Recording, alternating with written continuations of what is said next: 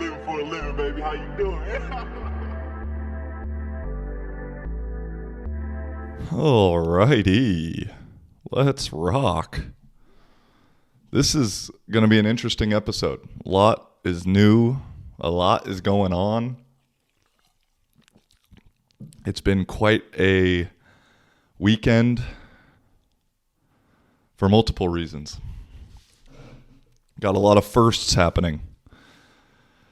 First, to start, I got the van.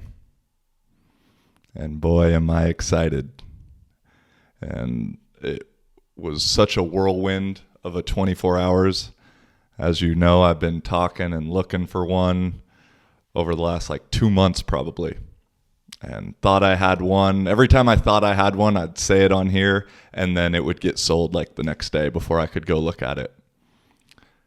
Happened 2 weeks ago. And so I had been talking to this one guy, literally just asked him if it was available, I don't know, a week or so ago.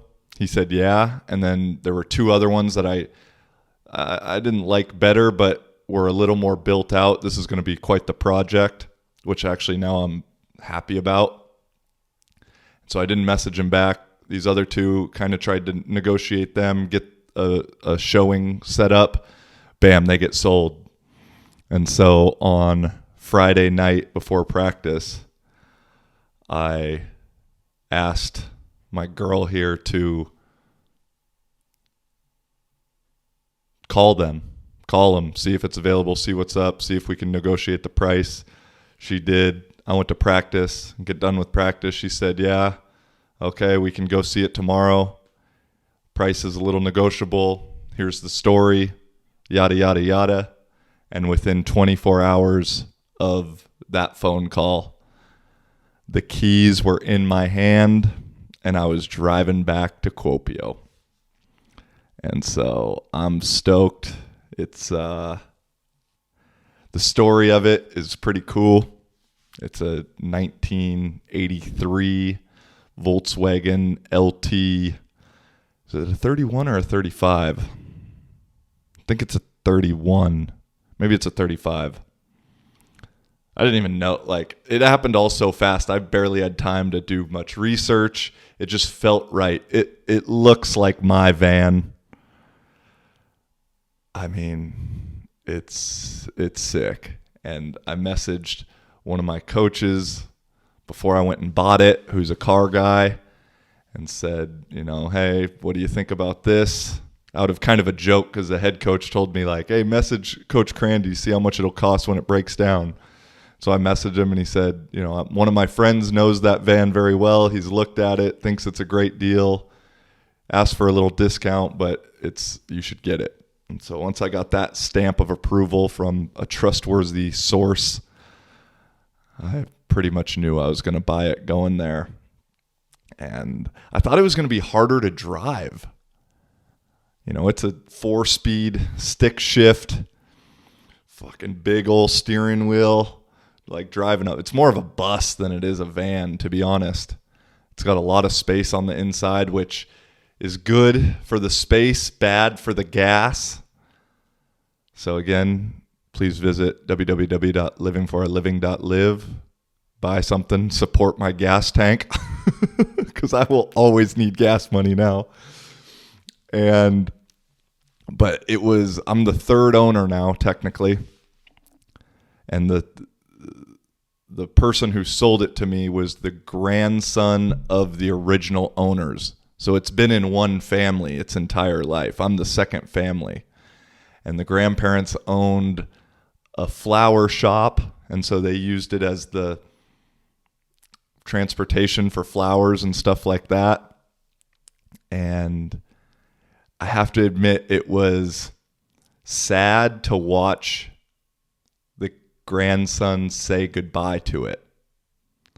Once we gave the money, we had the exchange of title, all that stuff, which, holy smokes, 21st century to 2021, you can do it all online. It's fucking crazy. Give him the money, and he just kind of gave it a little pat and looked at it and said, "No niin," which means all right in Finnish. It means everything in Finnish. But it's kind of all right, See ya. And I started crying, bro.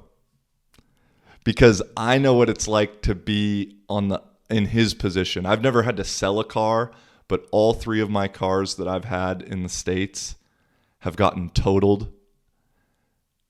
None of them have been my fault, for the record. And so all 3 of those cars, I fucking loved, man. Cars kind of become this extension of ourselves at times, which is good and bad. I think sometimes people care a little bit too much about it, and just want the Mercedes, the BMW, the whatever, just to kind of show off and make themselves feel more superior in a way. And I'm a little guilty of that too. I got a dope-ass 1998 Lexus GS400 on 20-inch rims. Looks like a drug dealer's car back home. And that's true at certain points in my life, that's been true. So the looks aren't always deceiving. And I'll probably end up having to sell that next time I'm back home. And I might cry, I'm going to hit it, slap it a couple times and say, no need.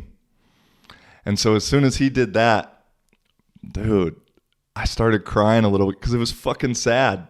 And then on the flip side of it being sad was it made me realize, oh, fuck.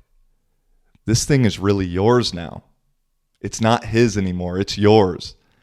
And man, I've been thinking and talking and planning for this day, that day to happen for a long time, man. A long time in my head. And it's taken some belief and some hard work and some thoughts to get there and some luck. But it got there. And that's the one thing through this podcast, I hope it's a bright 40 minutes to an hour part of your day. Hope it makes you think every now and then. Hope it makes you laugh every now and then. But one of the things that I've realized over the last year and throughout my life really, but it's become more concrete in the last year, is, man, whatever you truly believe deep in your heart is true, whether it be for yourself, whether it be for reality, no matter what it may be, whatever you truly, truly believe is going to be true for you. And, it falls along in the law of attraction, the secret kind of thing. But as I explained the whole thing, it's been a belief. There's had to have been some work put into it, some money saved, some choices made, some routes to go certain specific ways, some decisions to be had. But it happened. And I just always believed it's going to be that way. Same thing with the Stieg. Eventually we're going to have Stieg on the podcast in September, who I know my non-Finnish listeners don't really know, but he's one of the most well-known guys out here in Finland. And the thought that this, at the moment, relatively small podcast could get on one of the most well-known guys in a foreign country where I'm not even been here for a year is kind of fucking crazy, man. But I just believed from Christmas Eve, I'm going to score a touchdown, I'm going to do the dance, and he's going to see it, he's going to fuck with it, and then he's going to come on. And actually, I saw him this last week. He had a little performance, a driving performance on like the back of a truck through Kuopio.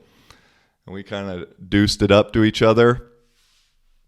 And so, but looking back throughout everything, from JUCO to, I know I've talked about it before, to North Dakota, to going back home, to New Haven, to getting out to Portugal, to just all these moves, getting back here to Finland after a failed attempt a couple years back when a lot of people had written me off and hearing some of the shit people think about me out here is hilarious. is crazy. So I hope this whole rambling of what I'm saying right now, man, I really hope that you believe that whatever you believe is true for you. And I wish that for you. I wish that for everyone. I think we're at a time right now where, well, let me finish that sentence. I think we're at a time right now where a lot of people don't believe in much. And I'm right there with you at times. And a lot of people don't have a lot of hope. And that's fucking scary. That's one of the most dangerous things in the world, a man without hope or a person without hope. I want to make sure I'm inclusive throughout all of this. But where was I going? I lost my train of thought right there, trying to be funny, saying I want to be inclusive. I'm not exactly sure. Damn. I was on, whatever I was about to say was fucking good. Maybe we'll come back to it. You know, the thing that you got to remember with all of that, though, is it's going to take some work. It's going to take some action. You can't just believe and believe and believe and please, please, please, please, please. Eventually you got to go see the van. Eventually you got to call the guy. Eventually you got to go wherever you got to go. You got to take that step. And so, man, I just hope that I'm not trying to be much to anybody, but I hope that by listening to this at times, like I said, there can be that little bit of inspiration of putting your mind to something and then making it happen. You know, it's corny. Our parents always say that shit growing up, the most cliche. You can do anything you put your mind to. Dog, that shit's true. Again, it takes action. And reflect. I think about it like this is, you know, I've now had this seven season career in Europe. I think I can make some of the throws that the NFL guys make, some of the reads the NFL guys make. My brain is smart enough to do one of those offenses, which is what holds a lot of guys back. But deep down, I never truly believed that I could play in the NFL. Or I never believed I would get a shot. And I'm not saying it would have happened for sure. Who fucking knows, you know? But it for sure wasn't going to happen because I believed it wasn't going to happen. Oh, that's what I was going to get into. And so I think a lot of people were not even aware of the external factors that are shaping and programming our beliefs to a certain degree. Whether it be something intentional like media, and which is almost like propaganda at this point in society, but it can even be friends and family members that don't mean you any harm. You know, they'll claim they're being realistic, or you know, they're giving helpful advice one way or another. But thinking back on my NFL stuff is, you know, I truly do appreciate my parents, because my parents have always been number one supporters. And I know a lot of people battle with that kind of thing where they want the parent. And I get the parent side. The parents want what's best for the kid, and what's best for the kid is being safe and comfortable. But, you know, my dad, I think, has always believed like I could play in the NFL. I wish I believed as much as he did. But then throughout college and throughout thing with other coaches, and I'm not putting blame on anybody else. I'm just thinking aloud to how my beliefs were formed. Ultimately, it was up to me, though. I take full responsibility. But having coaches talk shit about you, and not in a malicious way, and talk about certain things, this and that's what led me to get into that mindset that I won't ever get a shot. You know, I'm small, I'm undersized, I'm not that fast. I won't even get a look. And so, yeah, again, I just said this rambling would be done 5 minutes ago, and here's 5 minutes more, but I don't know. That's important to me. But with that said, this is a plug even more. If you're listening on Spotify and you haven't subscribed to YouTube or checked out the YouTube, is eventually now with the van plan. Now that I fucking got it, it's so crazy to go walk outside and see it parked there on the street, bro. And I'll be putting up some. It's completely empty in the back, and so I'll be building. I'm excited to kind of get my Bob the Builder on and do some work with my hands and plan things and cut and make it truly my own. And it ain't gonna be pretty to start, but if you haven't gone to the YouTube, Instagram, TikTok, that kind of stuff, whatever medium you're watching this on, I would advise going and checking out those other 3, because I'll be posting stuff regarding the van, life, the podcast, the vlog, the build, all of those things. And that's kind of, I think, the next avenue or the next niche I would like to get into. I'm excited for this winter, doing a little bit of traveling in it, driving around, seeing some old friends, talking to some new people and some old people as well for the podcast. And so there'll just be that next thing to build on. So if you haven't, check out, like I said, YouTube, Instagram, TikTok. Speaking of YouTube, I'm going to take off the ads on YouTube, because at this moment, with 100 views or whatever it may be, I'm maybe making 50 cents a episode from the YouTube, which is something, but it's not much in the grand scheme of things. And it's inconveniencing you, the listener, more than it's profiting and helping me out. And so I'm going to take the ads off so we can just go straight through, because that would also, I hope, maybe get some more people onto the YouTube as well. I know myself, when ads pop up all the fucking time, I'll sometimes click out of something. But then with that said, if you want, and I'm not trying to guilt anybody into anything, but as I said, I'm always going to need some gas money. And so I've gotten, a couple more purchases this week. My guy Shane, Doug, homies,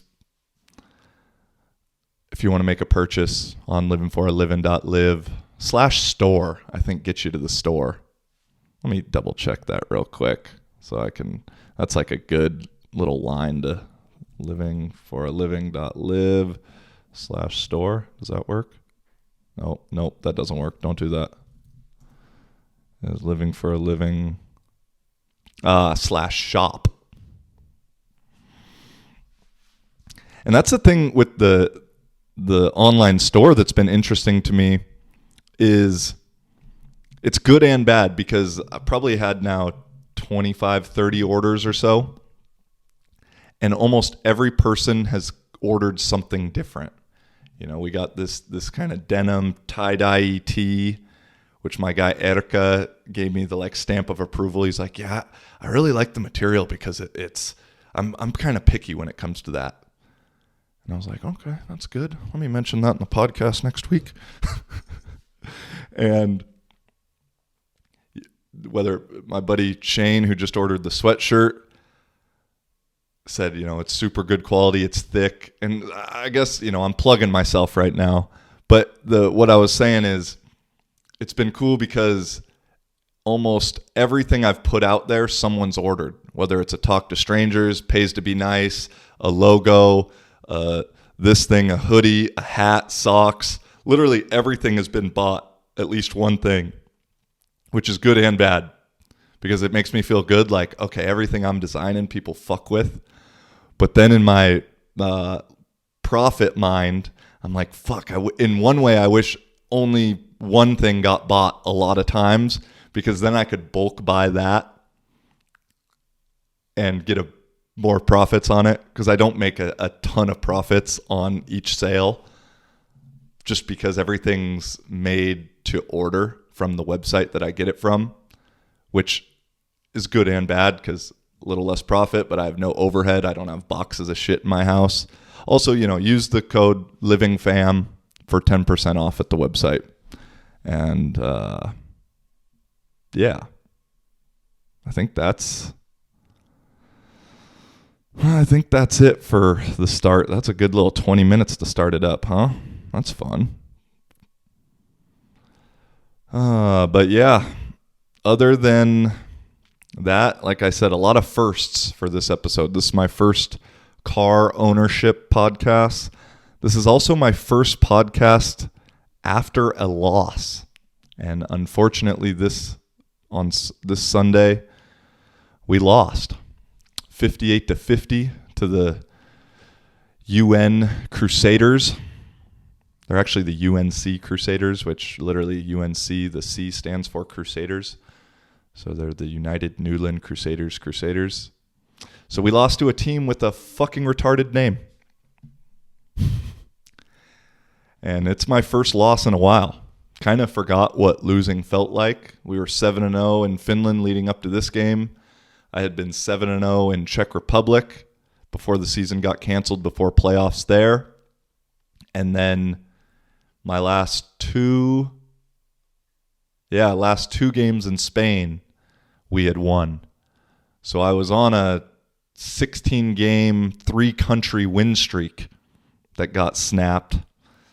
And it is what it is. I'm kind of becoming more proud of myself, pat myself on the back, because in my hippie philosophy, mindset, and ideas, I'm trying to become less attached to the result. The what's the saying? The destination is the journey. Obviously, winning is fucking way better than losing always, I will admit. But it's this idea that for happiness, that okay, if we do this one thing, if I win the championship, if I win this game, if I go out with this girl, I get her number, if I get the van, if I go to Portugal, if I come to Europe, if whatever the if is, if I do that, then I'll be happy. And I've abided by this ideology. I'm sure I still do at times. I used to think, okay, if I can just go D1, then I'll be happy. I'll prove myself. Everything will be good. And then also with the mindset of, and the mantra, it is as it should be, and the timing is always right. It's really easy and fun to say that mantra and believe in it when everything's going your way, when you're winning, when the car's not broken down, when you got a good girl, whenever your money's up, all that. It's easy to believe that shit then, but it tests you when things don't go your way. And I just still am going to remain strong in that belief, along with just knowing no matter what fucking happens, I'm going to be good. And I know that. And I believe that. Back to the first 10 minutes. And so while I hate losing, I feel it doesn't eat me up as much as it used to in the past.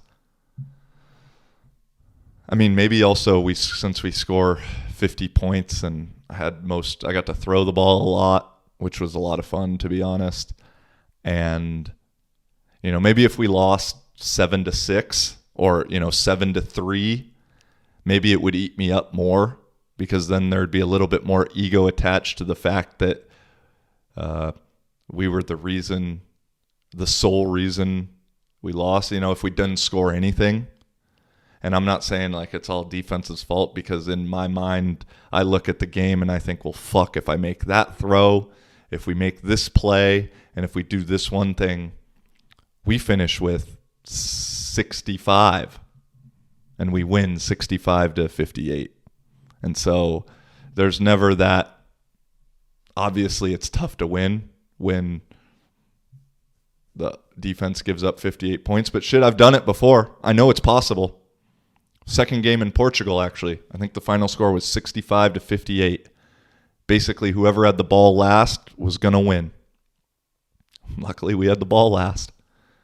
And so it's not probable, but it's possible. And so I don't look at anything ever like a blame game kind of thing. I always think, well, I missed a few throws that if I make, who knows? But it's, again, everything happens for a reason. I think sometimes eating a little bit of humble pie is good for you. Fortunately, it's easy to say this now, but that game was quote unquote meaningless because we had already secured the 1 seed in the league, and the other team, they were just playing for the hell of it. And to be fair, the other team, they made some signings because if they would have lost the week before, the team we lost to only had 1 win all year. They were, to be fair, the best 1-win team I've ever seen in my life. Actually, Northern Colorado was the best defeated team I've ever seen. We almost lost to them, and they were like 0-7 going into that game when we played them at North Dakota. That was the best shitty team I've ever seen. But this team, they made a couple new signings before the last week, because if they lost last week, the chances that they could get relegated and go down in league was very, very high. So they got a dude I played against in Czech Republic, Buddy Nolan, who I respect his hustle. He's been out in Czech Republic the last year, playing on a couple teams out there, came out here. They ended up getting a guy who started the year as a quarterback on one team, who's the brother of the quarterback on this team, who's a receiver at heart. And so on offense, these guys could go, because both the brothers count as Finnish dudes. I know some people don't understand the import rules and stuff. You're allowed 2 Americans on the field at one time. But if you've lived in Finland for like 5 or 6 years, then technically you become Finnish. So there's some American guys in the league that have lived out here for a while, so they don't count as an American. I have Irish citizenship and soon-to-be passport, so I don't count as an American either. But anyway, this other team could go with American quarterback who's technically Finnish, American receiver who's technically Finnish, American running back, American receiver, and then they also had an Irish receiver who he follows me on Twitter. He's on the Irish national team. I might end up playing on the Irish national team at some point. But he went to school at some point in the States. I don't know if it was high school or college. So right there, 4 of the 5 skill positions in a spread offense had played college ball in the U.S. So the team didn't start like that in the beginning of the year, but they finished like that. And back to the old Drake line, fuck how it is what it is. And so that's a pretty damn talented offense. So, we had a couple injuries on defense, but I'm going to give credit where credit's due and say it ain't easy to stop 4 or 5 dudes who've all played some high-level football at some point in their lives, no matter who's on the other side. And then the thing that I even respected them more is I think that offense, they maybe ran 6 plays all game, 7 plays. And whatever worked, they stuck with until it didn't work anymore. If it ain't broke, you don't fix it. And so I take hats off. I got respect for those dudes. They seem like pretty cool individuals after the game, unlike some of the imports I've played with, or played against, not with. Over the years, after the game, you're like, all right, well, we'll see you later. So yeah, that was that game. Like I said, it was my best statistic it was my best game statistically. Threw it a little 42 times, 370 passing, 3 touchdowns. And the quarterback, true gunslinger in me, enjoy it. Like, I had fun throwing the rock, because there's been some games this year where I throw it like 15 times. And that, again, I'll take a win where I throw it 15 times over a loss where I throw it 40 every day of the week. But I'll admit sometimes that gets a little boring as a gunslinger mentality. So, again, luckily, it didn't have any effect on the season for us, besides maybe giving us a little bit more hunger, which, shit, I'll take. And we got this week off, or this weekend off, no game. And then we got first round of playoffs this following weekend here in Kuopio against the old Crocodiles for the third time. So that'll be a challenge. We've beat them twice already early in the season. And it's tough to beat anybody 3 times in 1 year. So that'll be a challenge in itself. But I'm looking forward to that. It'll be good to get a little time off. Hopefully we can heal up and then get after it next weekend. Next weekend. Oh, what else we got this week? I know I said last week I was doing the podcast with Samuli, who is Samuli? He's one of the co-founders of RPS, Rock, Paper, Scissors Brewery here in Kuopio. I went there on Thursday at 2, like we had agreed. And as I'm walking in, he's walking out, and I'm thinking he's just taking his bag out to the car or something. And I went, "Hey, man, I'm Joey. Nice to meet you." He said, "Oh, shit. I forgot all about it, man. I'm on my way to another meeting right now." And kind of like tried to pawn it off on one of the other co-founders that was there. But I could tell, like they didn't know. And to be honest, it wasn't, no disrespect to the other guy. I didn't want to talk to him, though.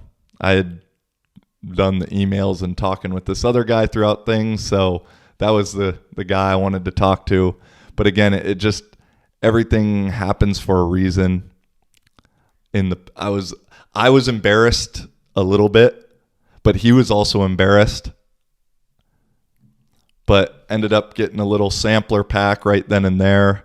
And then he ended up driving me home, so I didn't have to take the scooter back. And while on the way home, kind of had a 10-minute elevator pitch of getting to know each other and figured out why I was even here. He didn't know really anything about me. Just I had sent them an email, I don't know, a couple months back for stuff about TikTok and maybe doing a collaboration, something with that. And then after looking at their page more and more, I thought, this dude could be kind of interesting. They got a good vibe. So messaged him today to confirm that we are on for tomorrow, and we are on for tomorrow. So that should be out this weekend, I would say. We're going to do it tomorrow. This will come out tomorrow. And then, probably bring this out on Sunday, which will be fine. Got the bye week. Sunday, Monday. Yeah, we'll see. So stay on the lookout for that. I know it's kind of, I don't know if it's good or bad, but my guest podcasts are starting to get less views than my solo ones, which in the beginning was kind of the opposite. And I'll admit, the ego in me is kind of like, yeah, people just want to listen to me talk. Which is cool. I like that. But also, the reason I said I started this podcast was to have conversations with other people and talk and learn and connect with others. And that's still a goal or a primary reason for doing this, but things morph and things change along the way. And so I'm still going to do one with people, but it's kind of interesting to me. I'd be curious if anybody has ideas, or I got a message actually this last week from a guy, Eric, I believe his name was. And he, out of nowhere, messaged and said, "Hey, man, just wanted to let you know you're a really good interviewer." And as I said, I had done an impromptu one with Will a week or two ago. And so I thought, okay, maybe he saw that one. But I wasn't a very good interviewer. I talked more than Will on that one, I think. And so I was like, oh, well, thank you, man. I really appreciate that. But if you don't mind me asking, what one are you referring to? Because I haven't done a guest one in a while. And he said the Brandon Gibson episode. And I thought, that's interesting. Because I enjoyed that conversation. BG is a homie from the Tim Manson group dating way back. And I really enjoyed it. But of all the ones I have had, I don't know if I would say that was, like, in my personal opinion, my best one. You know, I don't know what I would say my best one is now that I really think about it. I know, well, Nick Crossan's was good. That was my worst one from a producer standpoint because I forgot to turn the mic on. But it just made me realize, like, you never really know what one is going to connect with somebody and what piece of content, whether it be a full podcast, whether it be a short clip, whether it be whatever, is going to really resonate with somebody. And so you just got to do it and just put it out. If it in your heart you feel it's good, because I felt, like I said, it was good. I just wasn't ever thinking in my mind that I was going to get a message 9 months later from somebody saying, hey, that one was really good. And so my question to people who have listened throughout the year, or we're coming up on 2 years probably now, is what's been your favorite guest episode, or what's been your favorite episode in general? If there's something that sticks out in your mind, I'd be really curious to hear, like truly curious. And moving forward with other guests and stuff, my plan is, as I'm traveling, I have friends kind of scattered throughout Europe, and I'd like to almost create this thing into like a European Joe Rogan kind of thing where I talk to all sorts of people from all over Europe. I've done a lot of like sports guys so far, and that's like Rogan talking to UFC guys. I can probably relate most and have the most knowledge with that kind of stuff. But it's been fun to talk with guys that aren't like that. You know, that'll be fun tomorrow talking to a brewery guy, which I'm sure he has some sport, you know. But any ideas or guests, things that pop into your head that you think would be fun for me to talk about, or talk to rather, please, please, please, I'd be real curious to hear that. I also plan on kind of starting a don't talk to strangers, or a talk to strangers little subcategory of the podcast, where people I've met along the way that maybe I've only had one real conversation with before I have one with them. That becomes a thing. Normally it'll be other kind of traveling folk. I did that with David from Nepal. I think that's episode 11, 12, I'm not sure. I had ate dinner at his house on Christmas Eve and met him there. And then we did a podcast a couple days later together. And that was one of my favorites. All the new ones are always my favorite. This one right now for sure is my favorite. So yeah. Let's move on. We're 40 minutes in, 35 minutes in. I got a couple more things. As I said, there's been a lot going on this last week. And first thing I want to get into now is New York City vaccine passport is in full effect, which I am definitely not a supporter of. If this is the first time you're listening, you know that. If it's not, you already knew that. And so it's sad to me to think that, well, I mean, I don't know when the next time I'll be back in the States will be in general, but I don't know then when the next time I'll ever go to, if and when I'll ever go to New York again. I mean, who knows if this stuff will stick? You know, Russia has done a good job of kind of nixing this vaccine passport thing in the bud because people just stopped going to places that required it. And businesses only really care about one thing, and that's money and that's profits. And so if it starts affecting money and profits, they'll stop doing it. But it's sad to think maybe I'll never go and experience New York City ever again. And it's not like I'd been there a bunch of times. I'd been there I've been there probably a handful of times because where I went to school in Connecticut, New Haven was about an hour train ride from NYC, the city, as those folk would say. NYC is like the very tourist thing to say. It's like calling San Francisco Frisco. But the two most memorable times I've blended into one time with my boy Dixon, where the first time, I don't remember what the first or second time was, but I remember the first time.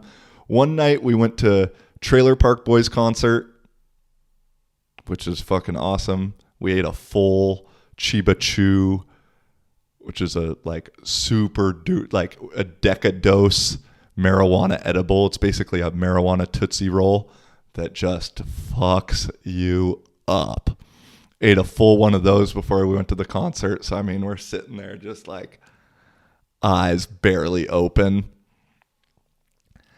And then we also went to a Seahawks game. And then we also went to a Rangers hockey game. Seahawks were playing the Giants and Rangers were playing who knows. And it was actually the year the Rangers won the Stanley Cup, but they started the year so shitty that we got the tickets super cheap. And so that was probably one of the coolest weekends from a sporting event thing that we did. Like I said, Trailer Park Boys concert, Seahawk game, Rangers game. And then probably the best story of that weekend was one of the nights we didn't really have anything to do. Maybe it was the Trailer Park Boys night, although I think we were too fucked up to go really out after that. But we thought to ourselves, hey man, let's look up online where's kind of a local bar. We don't want to go to some touristy bar. Let's go to a local bar and just a local dive bar, shoot the shit with the real New Yorkers, you know? And so we found this one place. I can't remember what it was called. Dixon, what was it called? Send me a message. And we went there. We sat at the bar, probably ordered 5 drinks in a row without moving. People coming up to us and, you know, interacting, talking with us throughout the night. And there was one guy specifically that we made friends with. And yeah, we're in town from Seattle. I go to school in New Haven. Blah, blah, blah. We went to the Seahawk game, yada, yada, yada. And this dude was cool. And he enjoyed our company. We enjoyed his company. And yeah. And so he comes back into play later on in the story. And so, like I said, we sit there and there's like kind of like a little dance floor. Maybe not a dance floor, but an area that people were dancing. And there's a group of girls there. And one of them was like weirdly hot. And I say weirdly because she had armpit hair. And that's normally not my thing. I'm all for doing whatever the hell you want. But then I also then in turn with that get to think whatever the hell I want.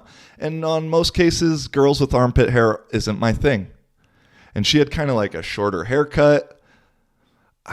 Again, the whole night's slightly blurry. I'm going to try and be confident enough to tell the story about it. And so anyway, she was there with her little group of friends, not thinking too much of it. Like, I'm sure at some point, like, we're at the bar for 6-7 hours. The shit's open till 2, 3, 4 in the morning. I'm sure at some point our eyes met. We were looking in their direction, whatever it may be. But towards the end of the night, this chick comes up to us and says, I've seen you guys looking at me and my friends all night, and I just want to let you know you're really fucking creepy. And I swear to God, thought she was being sarcastic and hitting on me. And so like I played along. I was like, oh yeah, sorry, we're super creepy. She's like, no, it's not a fucking joke. I was like, oh, this bitch is serious. Like me and Dixon are looking at each other like, what the fuck? Like, are you serious right now? We're like, hey, I'm sorry. Like, I think you're misunderstanding. But if we gave that off, like, I apologize. That's not what we were trying to do at all. Again, I still in the back of my mind, I'm like, this bitch wants me. And she's, no, you guys are fucking, you guys need to leave. Fuck you guys, blah, blah, blah. And we're like, well, we're not done yet. We're going to leave soon, but you're not going to tell us when to leave. Well, I'm going to go get my boyfriend then. Oh, okay. She walks over out of sight and she comes storming back with her boyfriend. And she's just got the look of determination on her face. And know who the boyfriend was? He was the homie from earlier. So she comes up and she goes, it's these guys. And he looks up and like he's mad too, I'm sure she said, yeah, there's some fucking creepy guys that have been looking at us. So he's coming over and he looks up and sees it's us and he goes, what? These guys? No, these guys are hella cool. I've been talking to these guys all night. They're from Seattle. They're like he ran down our entire life story that we'd told him. Yeah, no, these guys are cool. No, like he kind of looked at us like, oh, sorry, bro. My bad. And we said, dude, it's all good. No worries. And she wasn't having that. As you could tell, she had the look of determination on her face. So she couldn't let it just live like that. So then she goes back to her little friend group and stirs up another girl's boyfriend so then this fat bitch comes over to her who we were definitely not fucking looking at. I can promise you that. Big girls need love too, but this girl, it wasn't happening. And I don't know if it was a boyfriend, a guy trying to get it that night, whatever. This Asian dude that looked like all he did when he went into the gym was biceps. Like dude's buys were looking nice, had no nothing else. And so they come over and they go, what's the problem? Blah, blah, blah. And we said, listen, it's a misunderstanding. We already talked to Ricky over there. He knows us. It's all good. No worries. And the Asian dude's like trying to be tough. Well, guys, it's just not cool and blah, blah, blah, blah, blah. And we said, man, we apologize. We're sorry. It's a misunderstanding. And that, we're drunk. It's like 3 a.m. So you guys know how drunk conversations can go. It's just in circles. We're trying to end it, squash it. And just get on with our night. And again, it's just in circles, going and going and going. And so at this point, I don't know. I'm no tough guy. But I looked at Dixon, and I was sick of this shit. And I looked at Dixon, I said, hey, bro, you got my back if something goes down? He goes, yeah, I got your back. I'm like, all right, word. Me and Dixon are like 170, 150 pound fucking skinny motherfuckers. Like, what are we going to do? Although, when Dixon gets mad, watch out, because that dude has the rage of a fucking bull. And so I said, okay. And so I looked at this Asian dude who's just trying to be tough, like trying to enjoy this position of somewhat dominance. And I said, listen, man, it's a misunderstanding. We've apologized. I don't know what else you can do. Do we need to go outside to settle this? And I didn't say it. I said it in a little bit better kind of way. I was like, I think, I don't know. Dixon, comment on this shit. Tell me what really happened from your memory. And as soon as I said that, this motherfucker shriveled like a prune. Oh, no, man, no, we don't want any of that. And I'm sure I had some fucking swag to that. If we need to, do we need to go settle this outside? I thought, man, I hope that's what I said. That sounds kind of cool. Oh, no, man, no, we don't need to do that. It's all good. It's all good. I said, all right, man, then let's fucking end this shit. Like, I'm done talking about it. And okay. See ya. Have a good night. Have a good night. And they walk away. And those fucking guys that group ended up leaving before we did. And so walking home that night, we needed a wheelbarrow to carry our balls. Our balls were so fucking big from that little interaction. Yeah, those guys don't want to fuck with us. Fuck no. Well, we made the locals leave their own bar before we left. That's how fucking badass we are. And I'll probably tell that story for the rest of my life. But that was New York City. Also, I mean, there's a few stories, man. If you ever do go to New York City and you want some wings, there's a place called Blondie's that has wings and beer. That's some of the best wings I've ever had. Went there with TC. Did we go there with New Guy too? It was when I was coaching at New Haven. I think New Guy was there with us. I've gone a couple times now. And man, that spot's the spot. So if you got the passport, go check out Blondie's. And yeah, it's just kind of scary, to think that's happening. And in a weird way, it's like segregation is making a comeback. It's super cliche that history repeats itself. It's true, though. Cliche things are pretty fucking true because they become cliche for a reason. And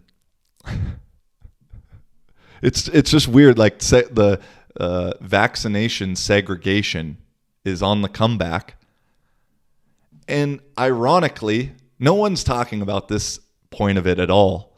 But the least vaccinated group, demographically speaking, is black people and minorities because they don't really trust an experimental medication that the government's just giving out for free because history would say that's not the best idea. History has proven be a little cautious. Tuskegee experiments, look that up. And so with this vaccine passport, also then on just to go one more thing, is the neoliberal left, and I just say neoliberal to really put it that way because I would classify myself normally slightly on the left if I look at all the issues. But I can't say the left because that, voter ID laws have been racist, according to them, the last so however long. But now they're also the number one supporters of vaccine passports, having to show an extra thing of ID in order to get into anywhere, not just voting, which you have to show ID to buy cigarettes and alcohol and drive a car and send mail, or you at least have to provide an address to send mail. But then in turn, with the minority community being the least vaccinated, and then vaccine segregation happening, it's a weird roundabout way of racial segregation. And I'm not saying don't fucking lose your shit there, but in a way there's a relation there.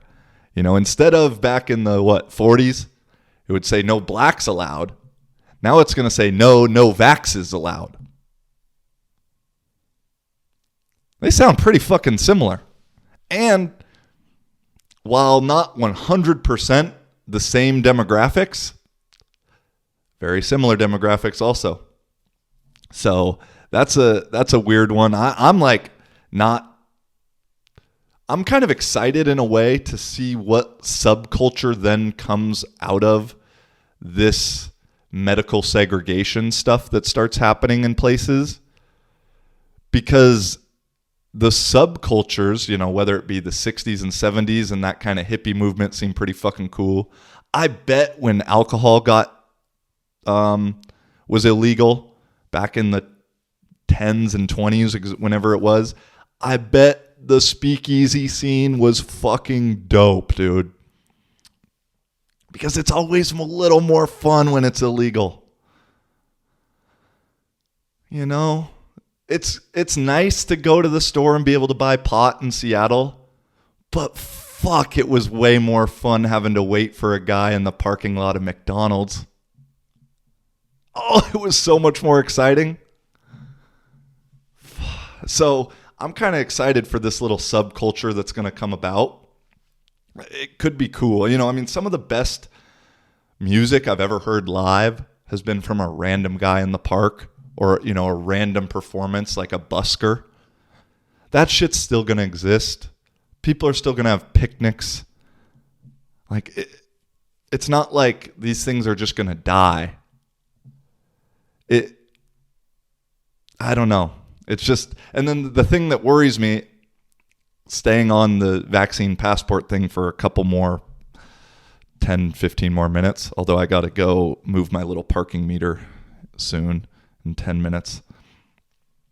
I have free parking for an hour right outside my house, but I got to keep changing. Finland has this weird system for parking where you have this little blue kind of clock thing that in 60-minute parking, you put when you got there. And so then it'll show when an hour from then is when your clock is up. But you could just keep going back to your car and moving the thing.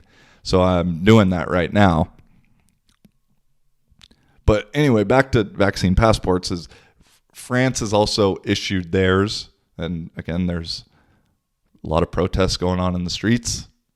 You have to look for that yourself to find it. It won't be on CNN. And it's not going to be 2 shots and a booster, because the big thing this week I've seen is the vaccine passport in France has a space for 8 slots. So that would be the 2 required ones, and then that could be up to 6 boosters. This thing is going to, once you start giving away freedoms and giving away your liberties, they never are given back without force. We'll put it that way.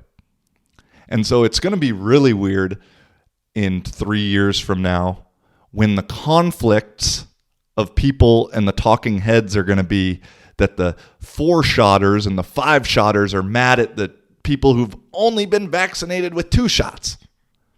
And then that's just going to create this other fucking tornado of division for people to fight amongst themselves than rather see how badly the governments are fucking everybody.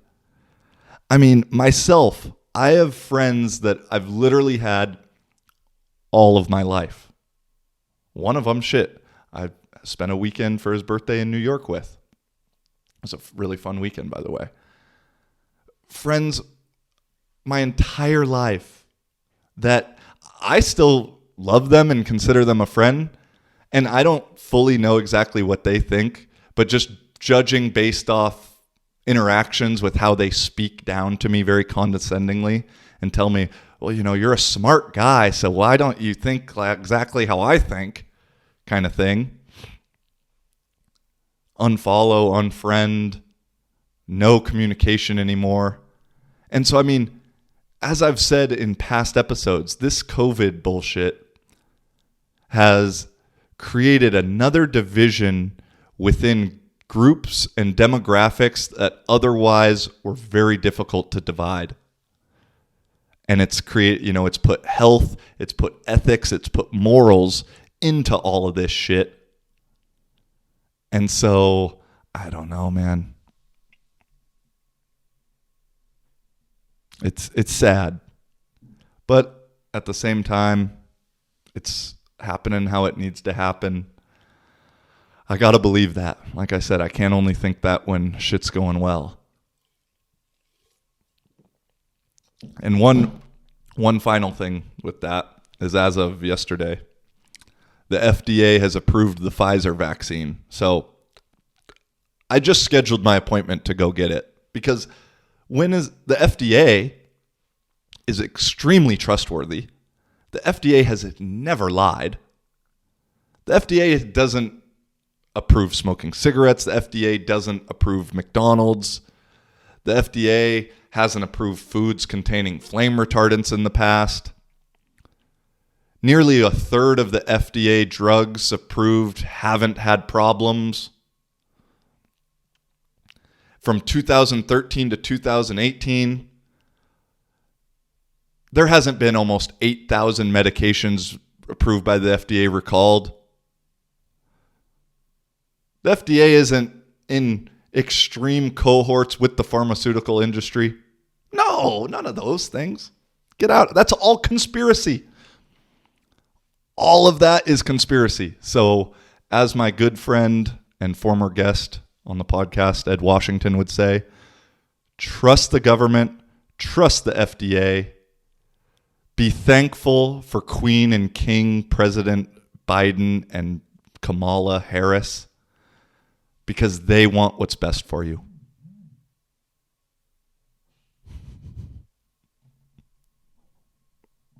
And do your part. Get a vaccine and wear a mask. Always. Especially when you're asleep, because the FDA and the WHO and the CDC all just said that you can catch COVID if you dream about it. So, make sure you're following protocols, please. My last little thing to end, a little conspiracy with Afghanistan. Everything happening in Afghanistan. I'm not going to claim like I know a lot. I haven't read too much into it. Haven't been on the Reddit conspiracy theory forums yet. I'll get there maybe next week, though. I just want to say that the one video, first, I guess I'll stick with the one video that shows people like on the landing gear of the plane that's leaving is really fucking weird, man. Like, if you look at the people that are running by on it, there's people that are like smiling and like, it almost looks like celebrating, running and like, again, I'm a questioning person, and I try not to take too many things at face value that I haven't seen for myself. But the reactions of a lot of people in those things and the videos and, the CNN using the woman reporter, even though the Taliban supposedly is saying, there's just a lot of weird little things that don't add up in my mind. I mean, the way that we moved out, like after being there 20 years, we just evacuated and got out and literally left like a lot of guns. I mean, a lot of guns in the hands of the Taliban. Just like, here you guys go. Is pretty insane and suspicious to me. And so I don't know my full thoughts on it. I just kind of wanted to put that out there. Again, I like doing this because in a year or 2 years, when it gets shown that the government had alternate plans. I mean, every conspiracy comes true lately. When the government shows they had ulterior motives and yada, yada, yada, I can show this clip of me saying, I don't really know, but this just seems funky to me. And then if not, I'm wrong. Alrighty. That's about an hour. We'll call it a day. I got to go move the parking meter on my car. I love saying that sentence. Appreciate you guys for being here. Thank you for being you. Thank you for the support. appreciate everybody who's checked out the website, everybody who's made a purchase. Use LivingFam as a code for 10% off. And we'll see you next week. Peace and much love. Holla.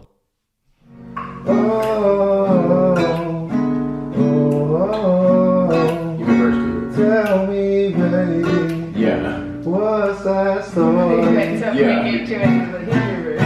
Cause I've been thinking about you lately. Yeah, come on. Tell me, darling. What else? You're a star girl. What else? How the fuck do you not know the deal? What else? I've been thinking about you lately. And What it's else? got me going crazy. What else? I'm playing for you, baby. What Listen up, listen up. Uh-huh. Got me thinking about you, baby. And it's happening all the time. So I'm playing for you, darling. Now listen up, listen up. It's enough.